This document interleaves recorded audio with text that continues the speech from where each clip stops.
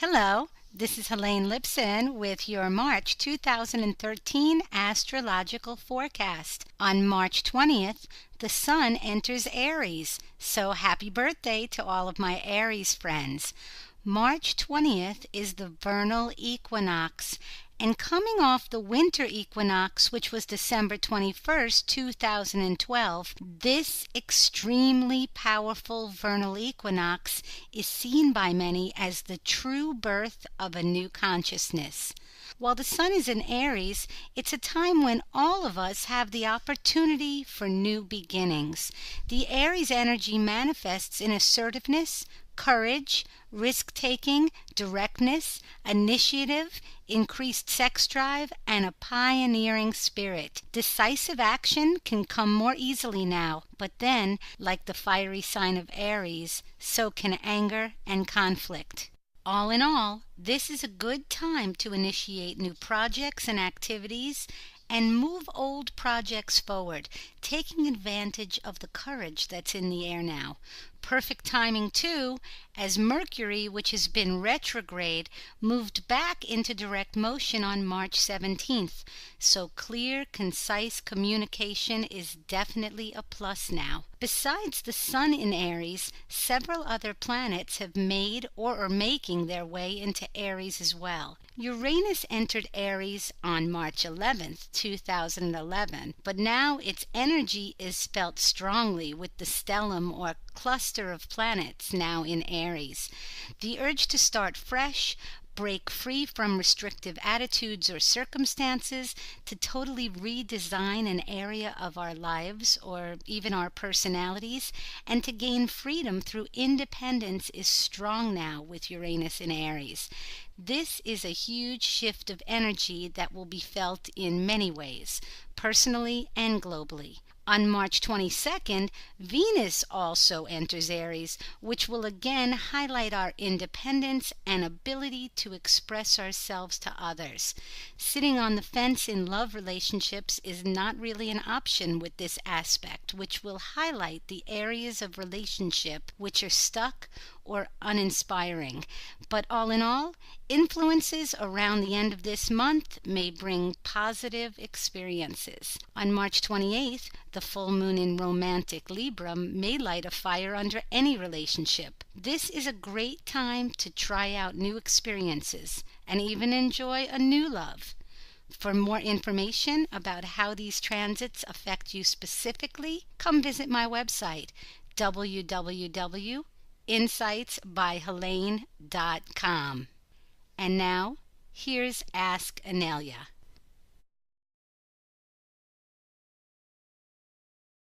Hello, and welcome to Ask Inelia. I'm your host, Helane Lipson. For those of you not yet familiar with Inelia Benz, she's a teacher, a spiritual catalyst, and her mission is to raise the vibration of the planet. For over 2 months now, people have been writing in with questions on various topics. Today, we'll focus on love, sex, and relationships. For those of you interested in learning more about Inelia Benz, you can visit her website at www.ascension101.com. And now, let's ask Inelia. Welcome, Inelia. Hello. Hi, thank you for having me back. Oh, I love talking to you. This is a great show. And today we're going to be focusing on relationships. Relationships, partnerships, love, sex. So many viewers have written in with questions about what the ultimate 5D relationship would look like, and so much more. So are you ready for the first question? Yes. Okay. All right. This one is from Miranda. And straight to the point, she asks, how can I find my soulmate? Okay. The first thing that you have to realize is that every single human being on the planet, no matter what shade of color they are, whether they're light workers or dark workers or in nothing, whether it's somebody homeless in the street or someone who is enlightened, It doesn't matter. Every single being on this planet is your soulmate. Oh. Yeah. And then, of course, the illusion of separation and division and resonance come in. Now, what you might be asking is, how do I find somebody who really resonates at my level, who I can work with without having to put masks on or defenses up? That's different, right? Yeah, I think that's what she meant, though. Right. And that, you see, comes from inside. First, you have to build that up and create it within you by yourself, with regards to yourself, with regards to your own body, and with regards to your own environment. Once you have that, then part of what happens on the planet, you will immediately attract individuals who resonate at that level too. And then you can choose and pick. There isn't the one. There isn't a soulmate. Yeah? Mm-hmm. So, yeah, this is what you do. Interesting. And a lot of people think that they're looking for just one person, like a needle in a haystack. That's a program. Yeah. That's a socially programmed thing with all your, all the stories we heard as children, Cinderella, Snow White, and all those. Look at Snow White. She finally became independent. She went off into the woods and started living with 7 men. But no, it had to be the one, tall, handsome one, to come in and kiss her to wake her up again, right? And then live happily ever after. What about the other guys, Well, we're told we have to kiss a lot of frogs before we find the right prince. Exactly. So. That's the illusion. Yeah. That's the program. It's not about somebody out there. It's about you. It's about what's inside of you.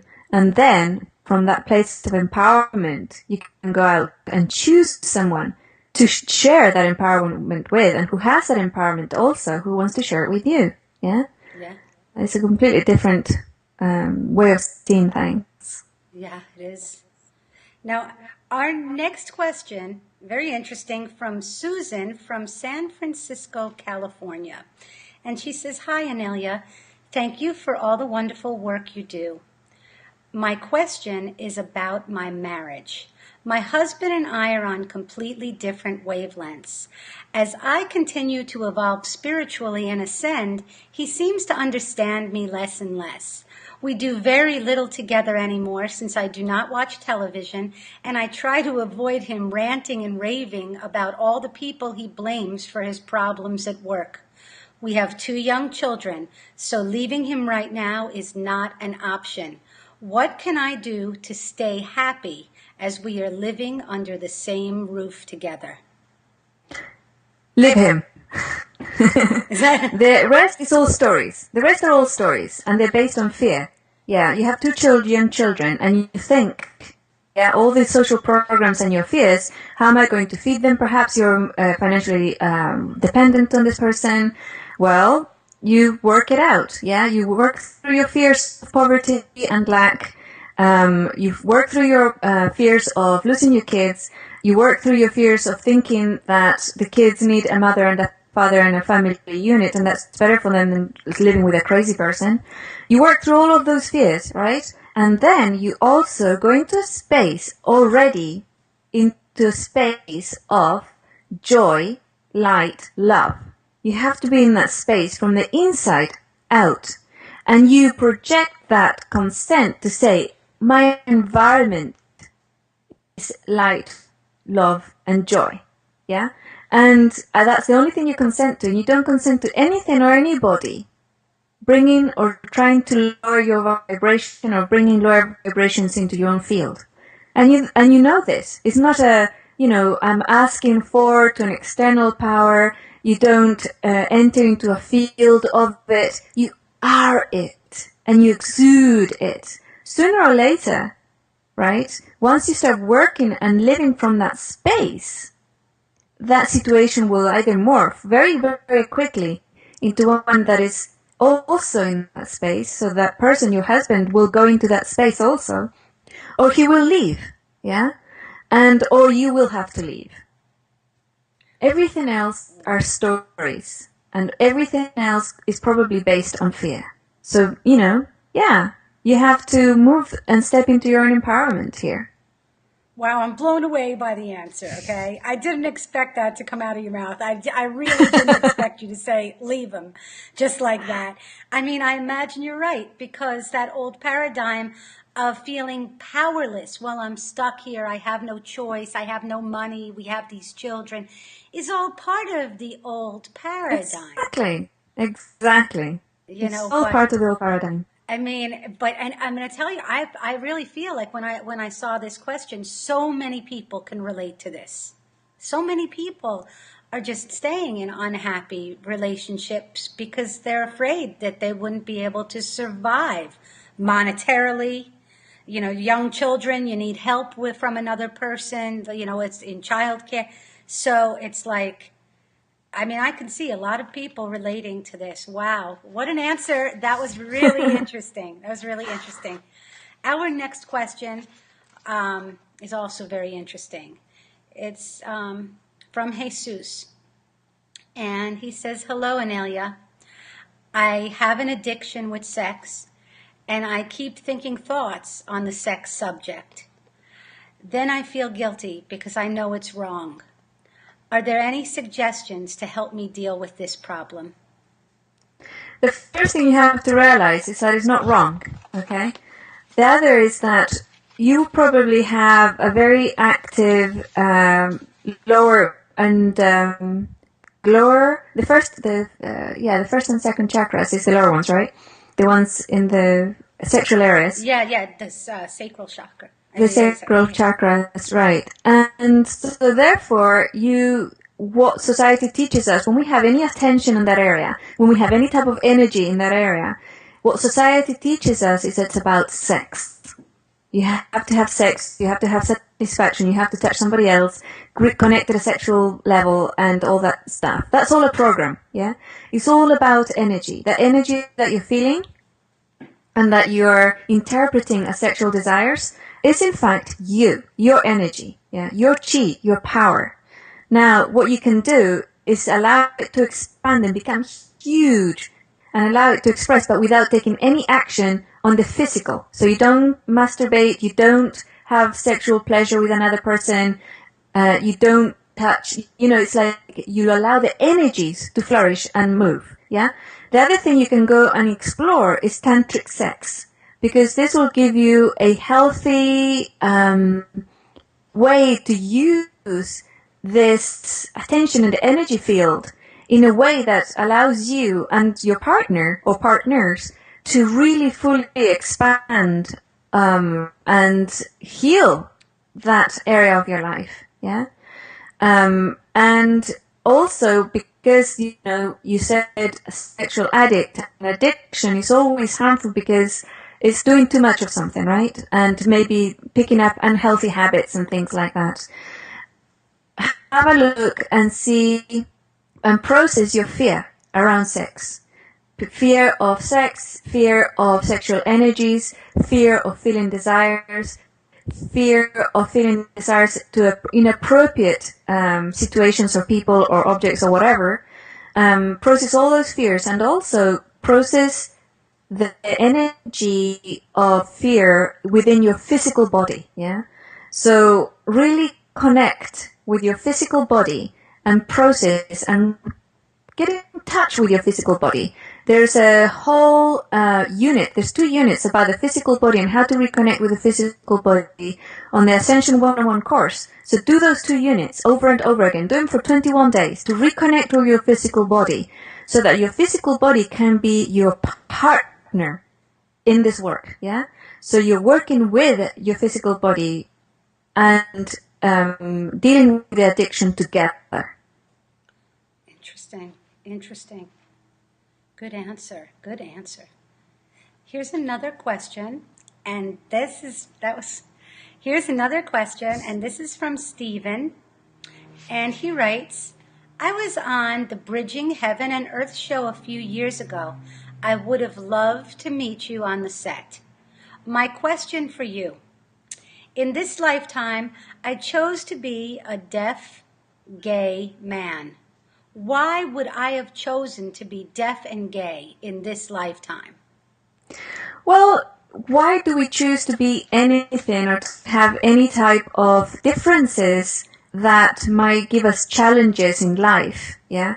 Why do we do that? Because the person or the soul wants to have that experience, and there's really no other answer. Yeah. It could be, we could interpret it as saying, well, it's a learning, but how can an eternally divine, all-knowing source being need learning? Yeah, you don't really. So why do you choose it? Maybe it's to connect and have connections with other individuals who are going through those type of situations. Or maybe it's because it's a very experienced field of things that you can do through life. Yeah. What may be a negative side is that society makes it really hard for somebody who's homosexual, and also makes it really hard for someone who's deaf. Yeah. Even this interview, for example, you're gonna have a really hard time, finding out the answer, because we might not have captions. We might have to add the captions to this bit of video of this question answer, so you can see what was being responded, right? So yeah, it's the technology and everything is really hard going for somebody who can't hear as well. That's a good point with the captions. Yeah. It's a good point. Because if society was really looking out for our deaf population, or for any type of population that doesn't have all our capacities, right? They would have, but it's not. So that's interesting. It's not. Yeah. Why does anybody choose anything? That's right. Why did you choose to have brown hair? Yeah. So that's. Now the next question is intense. Let's see what you think of this. This is from Chloe from Santa Fe, New Mexico. And she says, "Hi, Inelia. I believe I have a twin soul alive in physical form on Earth. I feel I know who he is, and I believe it with all my heart. This man is quite evolved spiritually, but does not seem to share this vision. When I asked him about having a twin soul on Earth, he told me he was a unified soul, meaning both parts of his twin soul fully merged into one unified soul. Could this be true, that one person could be two parts of a twin soul existing simultaneously in one body? And how could I feel so strongly that this person is my twin soul when they believe they're a unified soul?" Okay, so again, everybody on the planet is your twin soul, right? That is a fact. Now, what you're feeling about this person could be because he's already bypassed, gone through the illusion of separation, and he's no longer in that illusion. So he is everybody's soulmate. So anybody who resonates at his level or will see him as a high vibrational being will immediately mistakenly think this is my twin soul in a very exclusive way, yeah?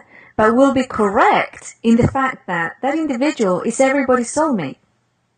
So yeah, twin soul or soulmate, yeah? So I get this all the time. Individuals come in and say, I'm 1,000% sure that you're my soulmate. To me, yeah? I'm sure. And this is the answer. I don't have the illusion of separation. So I am, in a way, them. And that is what they feel. Because we are all of each other as one being, yeah? So when you're resonating, sometimes this other person might be the only person that you've met that resonates at a high vibration, higher than anybody else you know. So therefore, the mind and everything and your illusion of separation and exclusivity kick in. These are programs. What he's saying is, he's no longer a separate being. He's no longer in the illusion of being a singular entity, yeah? He's interpreting that, or maybe he's explained that as saying, my soul is integrated now. I don't have a split anymore, yeah? So yeah, you're both correct. So how do you become a unified soul? How do you become integrated? You step away from the illusion of separation. I mean, you can say, well, how can anybody in the planet be my soulmate? How can everybody on the planet be my twin soul, right? Or my twin flame? But they are. And if you have any resistance to that statement, it means that you're still in the illusion of separation and still living in the dream, which was a created dream of the exclusive only one person paradigm. So you'd become a unified soul by just changing your thoughts about this. I mean, it's a knowing, yeah. Yeah, you can start from there, certainly. Yeah, you can start looking at your thoughts and saying, well, is this a program, right? And your emotions as well, and your wants and needs. Because you see, where you're coming from is a need. I need to find my soulmate. I need to be complete. Where does that need come from? It's an interpretation which has been corrupted, and it has been exploited by the old paradigm of a need or a drive to connect back to source, yeah? Mm-hmm. To be unified, to become complete. And that completeness only happens in source. The twin flame or the meeting and joining with another is just a stepping stone, or it's just an illusionary temporary thing, yeah? Yeah. But it's once you move away from that separation illusion that you can really be yourself, and you will never, once you reach that point that you realize you are source, you are everybody, you will never be alone again. You will never feel alone again. So what are the two pieces? What are the two pieces that are integrating? Like when you say a twin soul and then you've integrated both parts to become unified, is it the masculine and the feminine? Is it yeah, it could be any illusion of separation. Any illusion of separation. When you stop having an illusion of separation, you have unified the two parts. Or your emotional body and your physical body? For example, that could be a unification, yeah. Okay. Wow. Well, I told you that was an intense question, but that shed some light on it, so thank you. And our next question is coming from Deborah. And Deborah asks, she says, hello, Inelia. I'd really like to know your take on bisexuality. I've been ashamed all my life, and I'm now feeling that maybe it's not such a bad thing. Nothing is worth beating myself up over, right? But I'd really appreciate some advice. I was in an ashram a few years ago, and my guru had explained how homosexuality was a residue from Atlantean days and no longer had its place and actually delays your evolution. Do you feel this is true? I think a lot of people would be interested in this topic coming from you. Thank you so much. Homosexuality, bisexuality, and asexuality, which also exists, that means people who are not sexually attracted to either sex. Now, that doesn't mean that they don't want or like sex. It's just that they're not attracted to either of the sexes. Mm-hmm. All three configurations are correct, and they are all to do with joining at an energetic, physical level, have nothing to do with right or wrong. Yeah, none of them are wrong, basically. Okay. And they're all natural. They're all have existed and will continue to exist for as long as there's humanity. The separation of the sexes was a artificially created genetic manipulation type thing that happened. Or even if you think of it in terms of evolution, an evolutionary kind of morphing that happened. And if you look at nature, you will see that there are many thousands upon thousands of beings, whether plants, animals, one-cell creatures, who are all of these things, sometimes at the same time, sometimes exclusively. Some of them don't have sexes, so they split in order to reproduce, amoeba, for example, and certain trees and plants and Also, there's some, for example, I know there's a type of frog, I think, that when there's too many of one of the sexes in the pond, some of them, adults, morph into the opposite sex in order for them to procreate, right? And yeah, so there's examples of all these type of things, and any type of morality or right or wrong about where or with whom a human being will meet and have pleasure with at a sexual level, or even live with and build a relationship with, is all created by society. It has no basis in nature. It has no basis in right or wrong. It has no basis in your personal evolution. It's completely irrelevant to your personal evolution. So I guess I wouldn't agree with your guru. Yeah. So this Atlantean residue, that's not something you'd agree with. It doesn't resonate with me. Okay.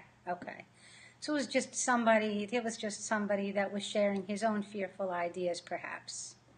I wouldn't be able to resonate with that either. I mean, it's what he believes is true, and it must be true for him, you know. And I can't really judge it because I don't know the person or where he's coming from. So, yeah. Yeah.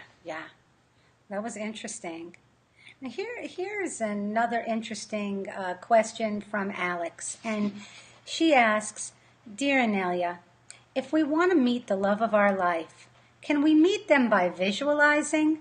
I have been daydreaming about the kind of man I want, very detailed. I almost feel him physically, but I am still single. So my question, to sum it up, how can we manifest love, romance, relationship, marriage, kids, and all those things people dream of? Thank you for your answer. P.S. You are a marvelous woman." Oh, thank you. Yeah. Take my course, the Love, Sex and Relationship, Soulmates in the New Paradigm course. Kidding. Actually, I'd love to hear maybe you can share some information about the course that you have, and then I'd like the answer to this question. Yeah, basically it's going to do with all these questions, right? At a very, very useful level, how to manifest stuff or how to look at, where the blocks and things. And we're going to be discovering new information because all this information is coming brand new, and it's going to be really dependent on the individuals who are going to be there. But to answer your question, you're manifesting a need. So you will always manifest need. You can't meet your perfect partner in your life if you have a need. Energy within that manifestation tool that you're using, and you're using all the right tools, right? And I'm hoping that when you're really nearly there touching this person, you're in a place of joy, like love, yeah? If you feel extremely joyful, that's what and then you release it. Because that's the key here. You're going to the whole situation in your mind, you daydream it, you go into that place of absolute joy, light, love, and then you release the situation, yeah? You release it because it's not necessary anymore. You've had it. You already have it. So, and there's the resistance, you see, because when you go there and you go, oh my gosh, but if I release it, I will never have it. So that's one of the key components of the catch-22 situation. You need to release the need for the dream in order to have the dream. But when you have the dream, you don't longer care whether you have it or not. Yeah? Yeah. Well, so it's like, it's hard. That's what you're looking for. You're seeking. You're almost pushing it away because you're needing it. And that's the main idea. The energy of need. You're manifesting the energy of need. So you manifest need. In order to manifest need, you mustn't have what you need. Interesting. But if you're already that, if you have that loving feeling in your heart, if you're joyous every day, if you're feeling so loving and love spills out of you, and you're loved, and it comes, then the love would be naturally attracted to you. Right. So that's nice. Because you don't need it. Now, I do have one last question, and I know we're running out of time, but I do have one last question, and this is like kind of a clarification question, really with terminology. And it says, "Dear Inelia and Helane, I would like to thank you for all the information you are sharing. My question is, are karmic relationships And twin flames, the same thing. And honestly, Inelia, I think people are very confused with this terminology: twin flame, soulmate, karmic relationship. And she says, can you explain a bit more about these concepts? Right. The karmic cycle was something that was being played with and necessary, I suppose, in the old paradigm. Yeah.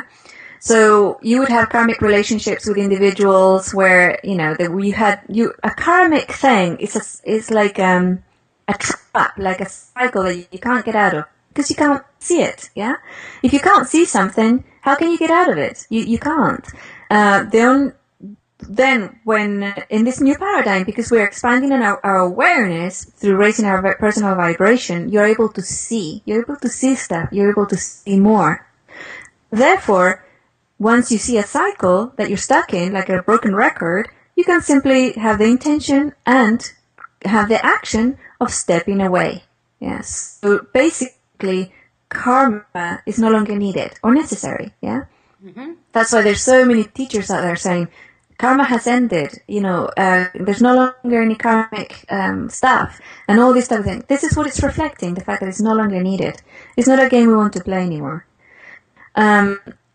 So that would be karmic relationships. Now, twin souls and twin flames and soulmates. Oh gosh, there's so many definitions out there. My suggestion would be to look for the definition that really resonates with you of each one and then stick to that.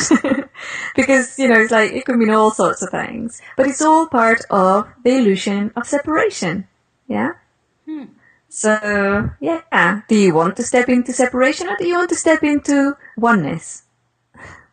Interesting. So it doesn't matter what you're calling it. Not really. A soul match, a soulmate, a twin flame. Interesting. Right. It's just that we're looking at, and on a closing note about love and relationships, about 5D love relationships as we close out this program today. Inelia, do you have anything that you wish to share? Yes. One of the things that you could start right now, because the 5D is something we are creating in every single moment of our lives. One of the things that you can do right now for the next 21 days is have no secrets. If you have any secrets, release them. Release all your secrets. There is no privacy in the 5D. Yeah? There cannot be, because we're all one and we're all united. You will have access, or you do have access now, actually. You're just pretending that you don't, but you actually do have access to everybody's memories and everybody's thoughts at every moment of every day. So think about that. Think about the way that you think, the things that you do. If you don't want somebody else to find out about it, then have a look in there and process that energy, because there's something there that's blocking you from being united, from being complete. So I would say the best thing you can do for relationships of all types is start looking and seeing and watching, and that's part of the intention behind your thoughts and your actions as well. Yeah. How would I feel if somebody else read this? How would I feel when you send an email, for example, or a text? How would I feel if this became public? Yeah. How would I feel if some such and such found out that I wrote this about them? And then work from a standpoint of thinking and knowing that that's going to happen. I know that such and such person is going to read this. So if you're communicating to somebody else about this other person, what would you say? Would the words change? Yeah. And if you're talking about your husband, your wife, your boyfriend, your girlfriend to somebody else, talk to them as though the person was in the room. Yeah. Mm-hmm. And with every type of relationship, talk to other people as though, if you go home, you're tired, you had a horrible day, you go home to your partner, your husband and your wife, and then you want to talk about and give all sorts of things about all these individuals, well, pretend that they're in the room. Yeah? And then communicate about them as though they were in the room. You'll see that your energy will change dramatically. and then have a look at the intention about the communication. Well, I'm communicating to my husband or my wife about Johnny at work or Mr. Smith to bring in the matrix. What is my intention? Do I just want to spill bad vibrations everywhere? Do I want to share it so that because it helps me to process it? What do I want to do here? Or do I, so imagine that Johnny or Mr. Smith is in the room and then start talking to your husband about them. So I really feel instead of, that B, whatever F person, did this and that, and then that caused this and this to me, and I hate blah, blah, blah. Well, how would it change, Well, I really feel that if Mr. Smith had taken or responded in this way rather than that way, our work situation would have been much better. Do you see the change in energy? Yes, I do.